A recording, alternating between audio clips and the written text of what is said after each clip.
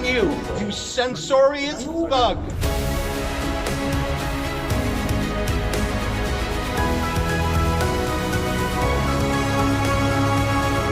Ezra Levant here. I'm in Lethbridge again. I tell you, I've been to Lethbridge more than just about any other city besides my hometown over the last 2 years, because Lethbridge is the closest courthouse to Coutts, Alberta, where during the national trucker convoy, there was a blockade of the Alberta-Montana border.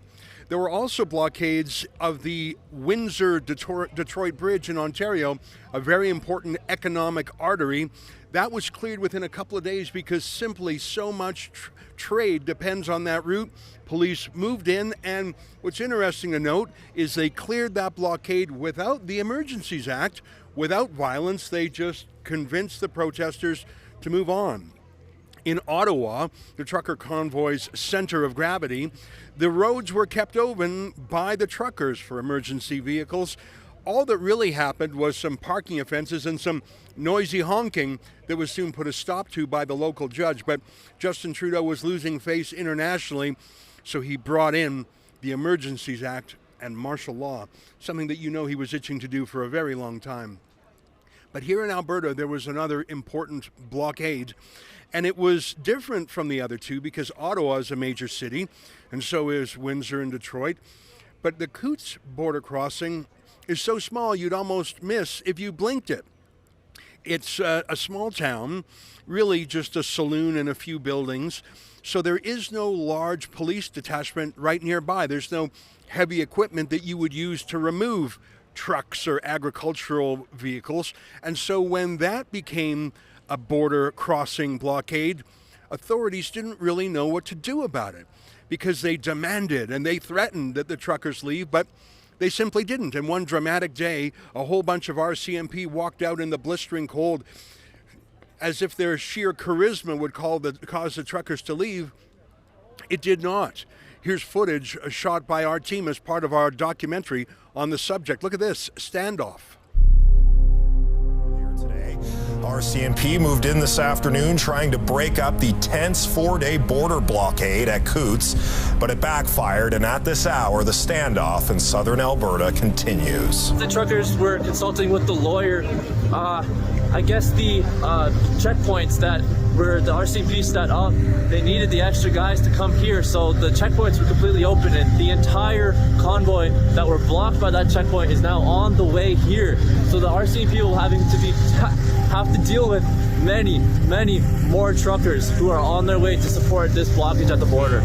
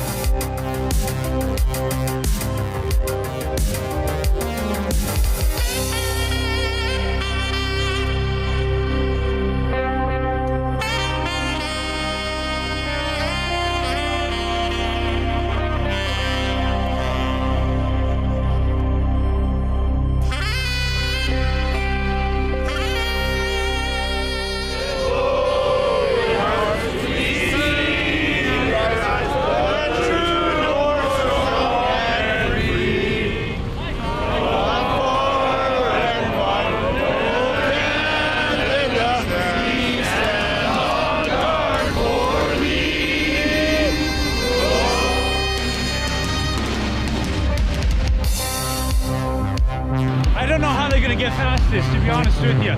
This is something I've certainly never seen before.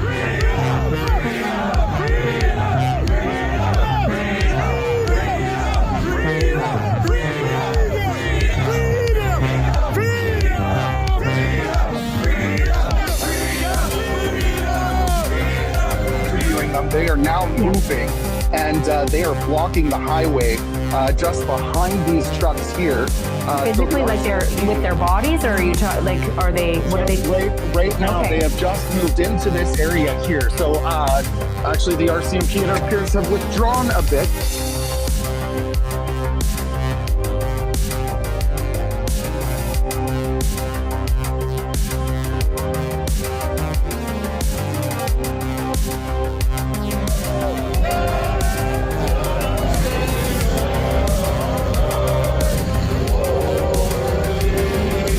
RCMP officers were trying to force the first group of drivers to leave this afternoon when a second convoy cut off the rest of the highway, bypassing an RCMP checkpoint. The group says it's refusing to leave until all COVID-19 health restrictions are lifted. Well, that didn't go well for the police, and to their credit, they didn't turn violent. They were simply outnumbered, and they didn't have the equipment. By the way, in addition to truckers, lots of farmers brought their large equipment too. There simply was no way of bypassing it, and no truck driver who had any thought for his future would sell out his local countrymen to appease Trudeau's RCMP. But there was one arrest that was different. I'll get to that in a second, but first let me backtrack and say that there were a lot of charges emanating from that, and Rebel News and or the Democracy Fund has provided civil liberties lawyers in dozens of cases, not just for truckers. I believe that we're crowdfunding the defense of 32 truckers. I'll have to check the stats with our external counsel. But also Arthur Pawlowski. You may recall that Christian pastor came to the truckers in Coutts to give a sort of sermon, enthusiastic pep rally in the saloon, and he was put on trial in this city and actually convicted. The Democracy Fund is appealing that conviction. My point is, Lethbridge is a hotbed for convoy law. Rebel News and the Democracy Fund are representing 3 other truckers who are being prosecuted in this same courthouse. They include a local town councillor and other people. Again, the charges are all minor criminal offenses, the sort of thing traditionally called civil disobedience. Just like Tamara Leach out in Ottawa, also being crowdfunded by the Democracy Fund. Tamara Leach wouldn't hurt a fly. She was charged with mischief and other nonviolent minor offenses. The government's trying to make it into a big thing and kept her in prison for 49 days. But that was the mission of the Democracy Fund and Rebel News, to provide lawyers for citizens wishing to exercise their civil liberties, even through civil disobedience, as long as it was peaceful. But 4 men were arrested in Coutts, not the 3 that we're crowdfunding for, but 4 others. And the charges there were not minor offenses. In fact, they were shocking. And the RCMP knew this, and they were very theatrical about it. You might recall the explosive headlines, emphasis on the word explosive, a carefully staged managed press conference by the RCMP showing the weapons that were seized as charges were laid for conspiracy to commit murder. Here's a taste of how the mainstream media covered that. Coutts border crossing clears, organizers trying to distance themselves from what could have been. Biggest thing for me, and I think for the group, is let's prove this was not violent. And I want a thorough, deep investigation into these gun charges. Guns, ammo, and body armor seized when RCMP arrested 11 people in a pre-dawn Tuesday morning raid, with charges ranging from mischief, weapons offenses, and conspiracy to commit murder. Police alleging connection to an organized group said to have a willingness to use force against police if any attempts were made to disrupt the blockade. Although RCMP have not commented on what group, these patches stood out for the Canadian Anti-Hate Network. Diagolon is a group that, it started off almost as almost a joke, but has become kind of a quasi-militia with individuals engaged in weapons training, basically based on an imaginary country country that extends from Alaska to Florida. The Anti-Hate Network will be watching to see how these patches play into the larger story of the arrests at Coutts, saying they classify Diagolon as accelerationists. Who believe that by accelerating the downfall of society by way of assassinations, violent attacks, they would bring about their, ethno-state. So it's been co-opted by groups. It's not surprising that we're seeing this in Canada. Counterterrorism expert Mubin Sheikh says there's been a rise in far-right accelerationists in Canada. Just last October, a former Army reservist from Manitoba, Patrick Matthews, was sentenced to 9 years for what the FBI says was his role in trying to trigger a race war with accelerationist group The Base. For Diagolon, their de facto leader is also ex-military. And in a Tuesday night live stream from Ottawa, Jeremy MacKenzie addressed the arrest. Your thoughts, keep the boys in Alberta. They got arrested. We haven't heard from them. We don't know what's going on. There's some rumors they're getting charged with some heavy He's somebody of concern because the rhetoric he's been using is very accelerationist. The idea that, the idea of taking advantage and looking for opportunities to kind of essentially fill in the gap if there's some sort of societal collapse and kind of hoping and helping it to move along. RCMP in Coutts arrested 2 more people on top of those initial 11, one for attempting to ram police vehicles and another arriving at the protest with guns. For Sheikh, he'll be watching for more charges. The threat of violence and the threat or actual use of violence against government in an effort to overturn its policies, that's literally the definition of terrorism. And curious if the U.S. will be involved, given what could have been so close to the border. I have no doubt that to city slickers, seeing that many weapons and that many bullets is terrifying, especially since they were covered in camouflage colorings. But if you look at those are really just bullets and rifles that pretty much every household in the Lethbridge area has. This is not downtown Toronto where only criminals have guns and typically have handguns. This is rural small town Alberta. Everyone has a rifle or a shotgun for hunting, for dealing with varmints on the farm or the ranch is part of the culture here. So arresting men and finding that they have several guns and hundreds of bullets may be shocking to downtown Toronto and to Liberal voters, but it actually was proof of nothing in itself. But that, combined with the RCMP narrative, was exactly what Justin Trudeau needed. And as you may recall, within a day, Trudeau had his fig leaf to cover up his invocation of the Emergencies Act, a kind of martial law that stripped people of their civil liberties, including seizing hundreds of bank accounts of peaceful protesters. Well, I'm here in Lethbridge today to cover the trial of those 4 men. However, the trial will not actually happen for nearly 1 more year. The events in question were in January and February 2002. It's now almost August 22. It's now almost August 2023, and the trial is not scheduled until spring.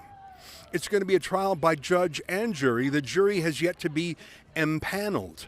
And one of the things about a jury trial is the jury cannot have preconceptions about the case. They can't get facts from the media or other sources. They have to get facts put through the legal process. Why? Because certain facts are hearsay. Certain facts are so prejudicial that it's impossible to get a fair trial. Sometimes in trials, entire court cases are moved to another city if the local jury pool is too tainted. To avoid that in this case, the defense counsel have applied for and received a publication ban over some of the more lascivious details contained in part in a legal document filed by police to get the search warrant. That document is called an ITO, an information to obtain. It's a document shown to a judge in secret, as in the target of the search warrant is obviously not there. Search warrants don't really work well if the person who's going to be searched gets a heads up about it. So the documents that were filed with the court were very lengthy and contain unchallenged accusations by the police. The trouble with that is that the defense lawyers were not there in that search warrant hearing to rebut or refute or challenge or question or criticize. So it's a very special kind of hearing called ex parte. In Latin, that means without the other party. There's a saying in law, hear the other side, audi alteram partem. It's really a fundamental in our justice system. You always have to hear the other side. That simply doesn't work in search warrants. And so that is why the one-sided accusations by the police are being kept out of the public eye until the jury is impaneled. But that means it's impossible for us to tell you the details, at least as alleged by police, about what the four men in question did. Why were they charged with conspiracy to commit murder, but no other truckers were charged with those same things? They were charged with minor offenses like mischief or obstruction. Why were these four men charged with something differently, and how solid are the charges? As we know from our own two reporters being in the smuggler's saloon for more than a week, that place was crawling with cops. Not just police wearing their RCMP uniforms, but obviously undercover agents too, listening, chatting up the men.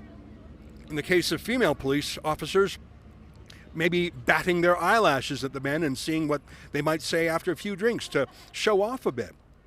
And that's another question. If these men said certain things, was it their true belief, or were they hamming it up for police, hamming it up to look tough? Sometimes people enlarge their stories to be a little more heroic or a little more brave. The thing is, we can't see that information. It's either being redacted to begin with, or it's subject to a publication ban. We cannot weigh the facts of this case until the trial begins and the facts are introduced in that manner. That makes it very difficult, and it also makes it difficult for the people gathered here to understand why this case is different in various ways, including one very important way. These men are still in prison. Arthur Pawlowski and Tamara Leach were jailed for an atrociously long period of time, about 50 days each. They were held without bail, but in the end they did get bail. There were some conditions put on them. They're not allowed to talk to this person or travel to that place. But in the end, they did get bail. It was an embarrassment for the judicial system how long it took. It showed that justice is not quite impartial, and it certainly looked punitive. But at the end of the day, every other person charged or ticketed or arrested during the lockdowns was given bail. In fact, most were not arrested at all. Why are these four men still in prison some 500 days after arrest and staring down the barrel at another 400 plus days in prison? They'll be in jail 1,000 days before their trial. You know, I saw news the other day that a convicted terrorist, let me say that again, not an accused terrorist, a terrorist who had her trial and was convicted and sentenced and then was let out, was charged with terrorism-related offenses again and was given bail. Canada is the country that gives bail to literal convicted, not just accused, but convicted terrorists on their second offense. And yet these four men are still in jail. Why? Well, that's the trouble. We can't tell you, because to do so would be to breach the publication ban. I was in court yesterday. There was a preliminary matter about whether or not one of the four men, when they gave a confession to police, if they were compelled in some unfair manner to do so. The judge ruled on that, saying no, the confession was given freely. There are preliminary matters like this that will continue on this week. They may or may not have an important effect on the course of the trial. Still in the morning, we haven't gone in and heard them yet. But I think that we are in for a long slog.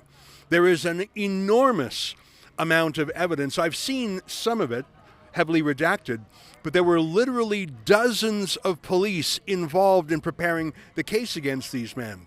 I understand that there are terabytes worth of evidence, whether it's wiretaps or police reports or just visual observations, and it's an enormous amount to go through. We don't know, or at least we're not able to say what's going on, and that makes it difficult for people to understand what they feel is an apparent injustice and double standard. I think that one of the problems is giving the justice system the benefit of the doubt is something that these people long ago left behind. They saw how the police became political weapons during the lockdown, enforcing things that have nothing to do with the criminal law. When police enforced unscientific mask mandates, when police enforced ridiculous 6 feet of separation social gathering rules. The police torched their credibility. The justice system, which has yet to strike down a single lockdown law, a single vaccine mandate law, has simply put lost the benefit of the doubt amongst people, or at least people who are dissidents, who are contrarians, who would call themselves freedom-oriented Canadians.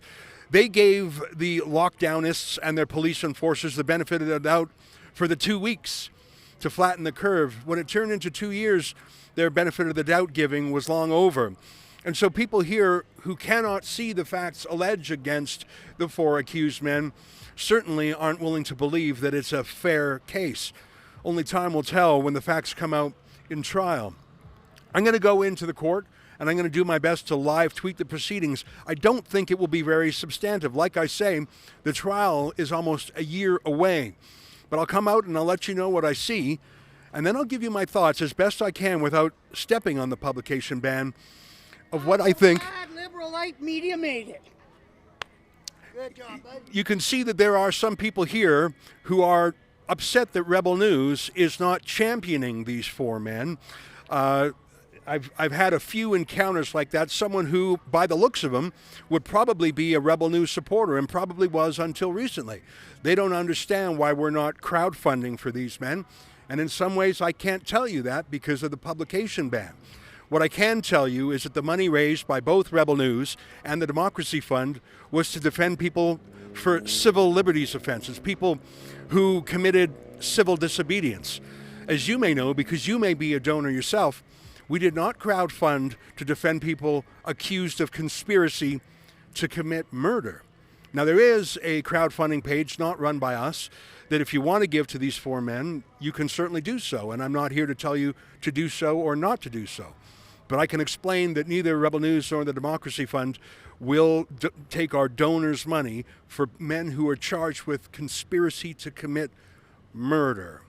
And when the facts come out in the trial, you may see for yourself whether or not this was a wise decision on our part. But you can see the frustration that someone who, just by the looks of them, would probably be a Rebel News supporter in every other way, that they don't understand why we're not throwing our lot in with these men. And unfortunately, it's against the law for me to tell you on camera why that is. I'm going to go back in now, and I'll come back during a break to give you more of my report.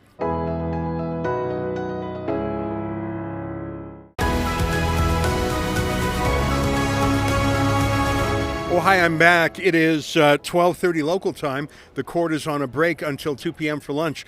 I should tell you that the bulk of what's been going on today is lawyers and the judge going through arcane details on the law of cracking open solicitor-client privilege. Let me explain what I mean. An email between the Crown prosecutors and the police was inadvertently leaked or given to defense, and they looked at it. And normally those sort of things are confidential. They're private. You could even call them secret. But in this case, it was accidentally given. And the thing about that is the defense counsel claimed that it showed misconduct by the prosecutor and the police. That's a pretty big claim to make. They say that after these instructions from the Crown to the prosecutor, they changed how they approached the case, and the defense claims that they did so illegally. So now the defense wants to crack open more solicitor-client communications between the prosecution and the police. That is a very rare thing. It's quite a audacious application by the defense. I would call it high risk, high reward. I suppose there's really no downside. I mean, if the judge rejects it, the judge rejects it. If the judge upholds that application, it would probably be a calamity for the prosecution, because when people speak plainly, when they speak candidly, when they expect that their emails will never be seen by the public, they're perhaps rude, they perhaps take liberties, perhaps they swear or make admissions that they would never do if they thought their publications were going to be made public. That's the whole point of solicitor-client privilege. It means whatever you say to your lawyer is a secret and no one else can say it. Anyhow, I'm just trying to explain the matters that were dealt with in court today. Now, regardless of the result, this is not the trial of the substantive case against the four men, the conspiracy to commit murder. That trial is not until next year. This application today is an attempt to absolutely demolish the Crown's case, though, with this preliminary matter. Anyway, I just want to explain to you what we spent the morning on.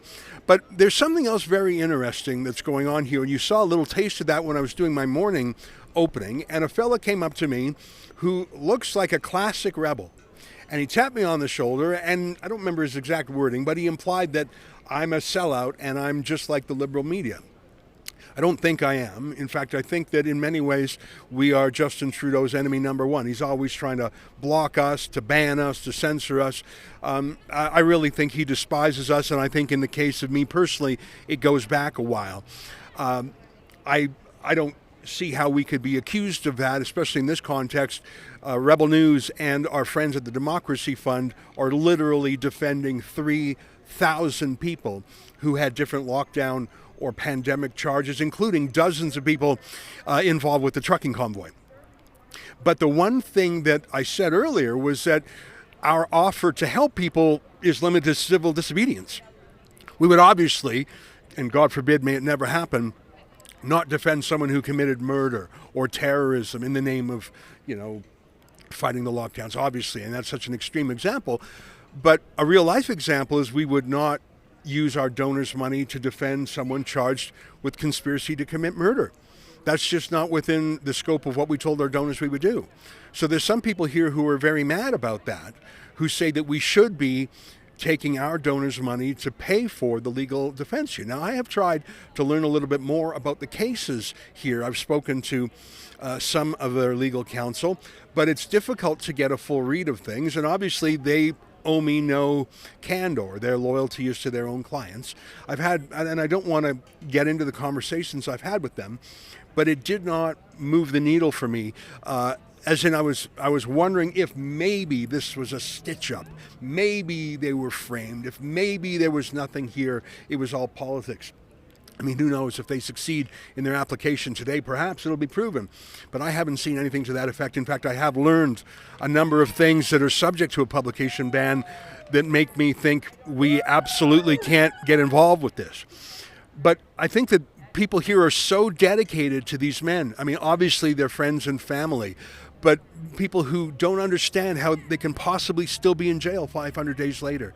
And they've seen the injustices wrought against dozens or hundreds or even thousands of other Canadians, and they say, this is the worst of it. These people are still in prison. These people need more coverage. Now, Rebel News has covered these folks, but I think they're mad that we're not cheering for the individual people, rooting for them, and funding their lawyers as we have been for 3,000 others. And I want to be very careful about what I say because, of course, I don't want to violate the publication ban, but I also don't want to violate the personal conversations I've had, including with one family member in the court today that was absolutely heartbreaking. And I listened very carefully to her and what she said, and I asked some gentle questions. I put to her some of the accusations from the Crown, and she absolutely denied them and said, in no way does she recognize these charges. Her son would never do that. He was a good young man. Absolutely, she's shocked by this whole thing. She thinks it's like, I really listened, and this woman's heart was so full of sorrow. And imagine not being with your son for 500 days and knowing another year plus, or almost another year, will go by. And so I was very moved by that. But I asked her a couple of questions, and I'm not going to tell you her answers because it was a personal conversation. But let me put the questions that I put to her, let me put them to this larger group. When you have a conspiracy to commit murder, that means people are united in some sort of plan. That's what a conspiracy means. I suppose conspiracy doesn't necessarily mean it's dark or evil, but of course in a criminal setting it does. So what's the network that holds these four defendants together? What's the club or the gang or the terrorist group that, or like the Hells Angels? Are they all Hells Angels? No, not at all. Are they with Al-Qaeda? No, of course not. But there was something, and this came out very early in the media, that the men and some of their weapons had the symbol of a made-up joke group in Canada called Diagolon. it's an absurd meme. It's a joke, a prank, really. Diagolon being this theoretical country that would diagonally go across North America, and it would be this alt-right place.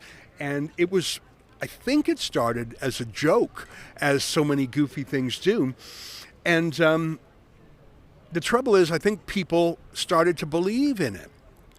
Or at least if you're going to Diagolon meetings, if you wear a Diagolon crest, if you talk about Diagolon, then maybe it's not a joke anymore. Maybe it's actually a thing. And so maybe these pranksters and jokesters at Diagolon created out of thin air the narrative that the prosecution here needed, and certainly that the media needed. Now, by the way, I'm not referring to anything subject to the publication bans here. The Diagolon insignia. How about unblocking me and be a good reporter? See, this is one of the folks here. Independent media. This is one of the folks here who is rebelling against Rebel News. Rebel. But could you do me a favor and do your own show and let me continue to talk to my folks? You're Jason Levant, MP, Member of Parliament, registered as a candidate. But he's actually not an MP. Correct, I'm a candidate. Okay, so give us a break now. Talk to your own audience, and I wish you good luck in your approach. Thank you very much for your time. Okay. I appreciate it. Rebel, everybody. All right. So there are some folks who are very upset about things, and that's one of them. He calls himself an MP. He's not. And listen, I understand why people are very upset about things, and it's because these men have been in prison for more than 500 days.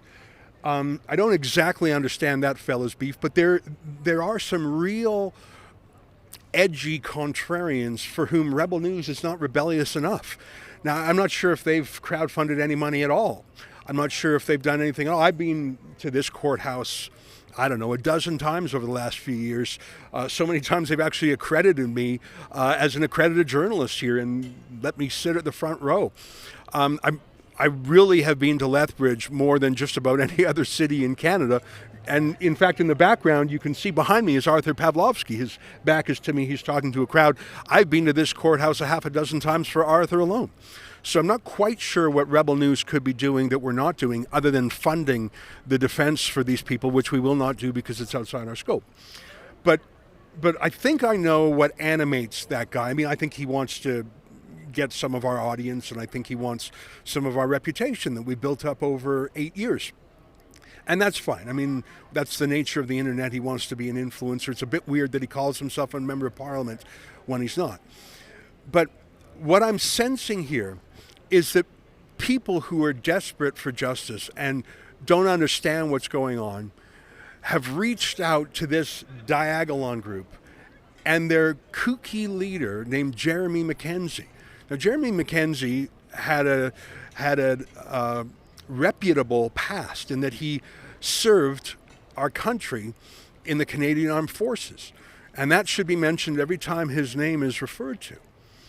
But he has set up an explicitly racist organization. I think it's as a joke, but he's gone beyond a joke to really providing the missing glue for those on the left who would accuse conservatives and populists of being terrorists.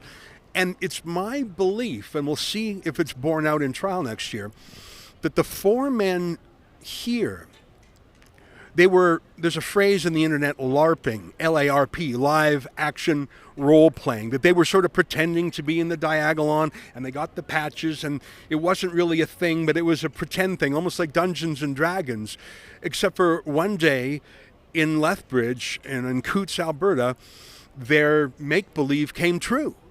And they weren't just talking tough about Diagolon, there actually were cops everywhere.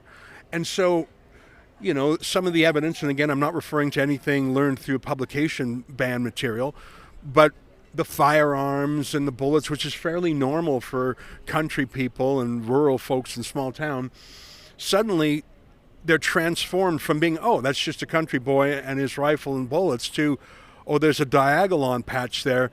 This is part of some uprising revolutionary war.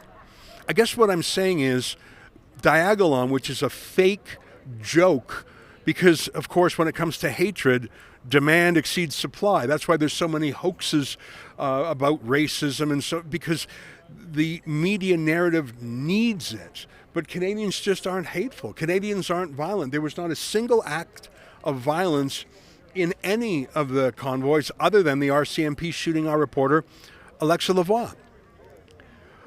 But the Diagolon gave that to the media. It proved that there was a right-wing hate group out there that we had to be scared of. And Jeremy MacKenzie loved it. He loved being on TV. He loved being the star. He loved being an important person. He loved being edgy. But the thing is, everything he got out of it was at the expense of truly contrarian, truly worried people who are scared about the state of the country. And it's my theory, and again, I'm not basing this on any secret documents, but it's my theory based on what I've learned about the men and what I've seen in the media, and frankly, with my conversations with one of the family members, that these young men actually went too far into Jeremy MacKenzie's scheme, weird, fake group. And so the police and the prosecutor said, that's the conspiracy. That's the connection. That's the group. They're not Hell's Angels. They're not Al-Qaeda. But they are Diagolon. And for all of those who thought it was just a joke, now it's very real. And look, we have guns and bullets. And normally those would just be country boys. But no, that's Diagolon. And I was shocked to learn yesterday, while I was literally sitting in this court, it came up on my phone, a news headline, that same Jeremy MacKenzie, the head of Diagolon, the most hated right-wing, alt-right group in Canada that is a talking point for every left-wing journalist and politician, he just had a bunch of firearms charges against him dropped. I mean, he was on video with illegal, restricted firearms, pointing them at people. He was transporting guns illegally. He wasn't just a guy who had guns. For example, some of the guys in here, I know for a fact, had a PAL license. They had guns, sure, but they were completely legal. I don't know if there were some illegalities, but I know they had a license. This Jeremy MacKenzie is transporting guns illegally, having illegal guns, pointing guns at people, like he was doing a whole whack of things. Isn't it odd that the leader of the Diagolon isn't in jail for 500 days, but these pawns on the chessboard are in jail for 500 days? I tell you, it sure looks like a Fed to me.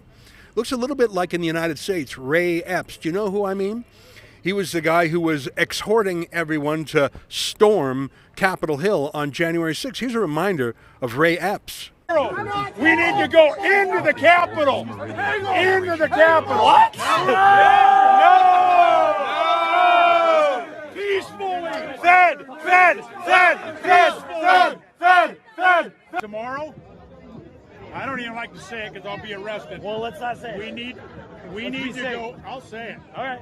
We need to go in. Shut the fuck up, Boomer. To the Capitol. Base Fed posting? All right.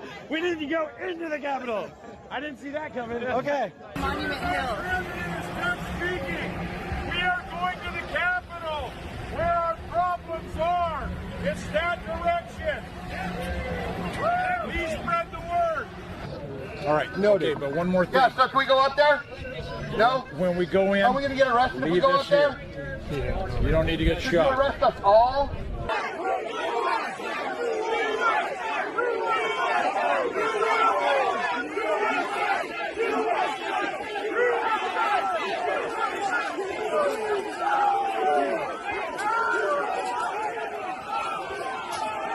Is it absurd to say that Jeremy MacKenzie is the Ray Epps of Canada? Certainly not absurd. A generation ago, you might recall that CSIS actually created a hate group called the Heritage Front, and a CSIS agent named Grant Bristow led it.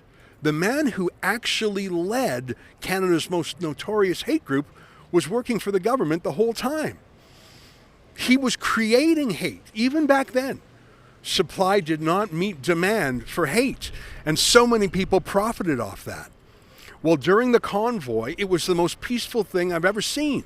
It was led by people like the saintly Tamara Leach. All those truckers in Ottawa, crime went down. The only crime that was reported were hoaxes, like that one where they tried to claim a trucker was trying to burn down a condominium. It turned out not to be true. So demand exceeded supply, and Jeremy MacKenzie and his Diagolon was on everyone's lips for be careful, these are vicious alt-right neo-Nazis. And I think that the four guys here, this is my theory, I think they believed it. I think for them this Dungeons and Dragons role-playing became real. And I think that Jeremy MacKenzie is the reason that these charges were laid and that these men are in prison, and he may be the reason that they are convicted. He gave the prosecution what they were missing. He gave them the connection. He invented the fake Hells Angels, the fake Al-Qaeda. And what an irony, what a coincidence that the day these men have their hearing is the day the prosecution just decides to drop those charges against the boss of the Diagolon. It's a bit curious, isn't it? Well, we live in a world of skepticism and contrarianism. You saw that guy who calls himself a member of parliament or an MP or whatever. He's really mad at me. I don't know exactly what he's mad at, but people are mad. And I'm mad too, because I think that our justice system is not as just as it could be. I've been at this court and I've seen convictions for things that violate the Charter of Rights. I think that so far not a single court ruling in this country has struck down any meaningful lockdown law or vaccine mandate. I think that when I went to law school, the Charter of Rights and Freedoms was considered a sacred document, and yet when it comes to real life, it wasn't so. Our Supreme Court still hasn't bothered to spend a minute on any of these matters. But at the end of the day, I still do believe in the justice system. I think it's in trouble. I think it has been brought into disrepute. I think it is losing the support of people, certainly in communities like Lethbridge and Coutts. But I think even now, it's the best system we have. That doesn't mean that Rebel News is going to provide lawyers for people accused of conspiracy to commit murder. But it does mean that we're going to report the facts as we see them, as we're allowed to do, as far as we're allowed to under publication ban. I think I'm going to end the show today because by the time the next part of the hearing continues and then the time zones, we'll miss the show for tonight. I really don't think anything astonishing will happen. These are pre-trial hearings almost a year before the court date. It's interesting in there. A lot of people love Rebel News. They've seen us at this courthouse probably, 10 times. But there are some people who love the Diagolon, who love Jeremy MacKenzie, and who believe that terrible wrongs are going on. We'll see who's right in a year's time when it all comes out of trial. That's it for today. Until tomorrow, on behalf of all of us at Rebel News, to you at home, good night, and keep fighting for freedom.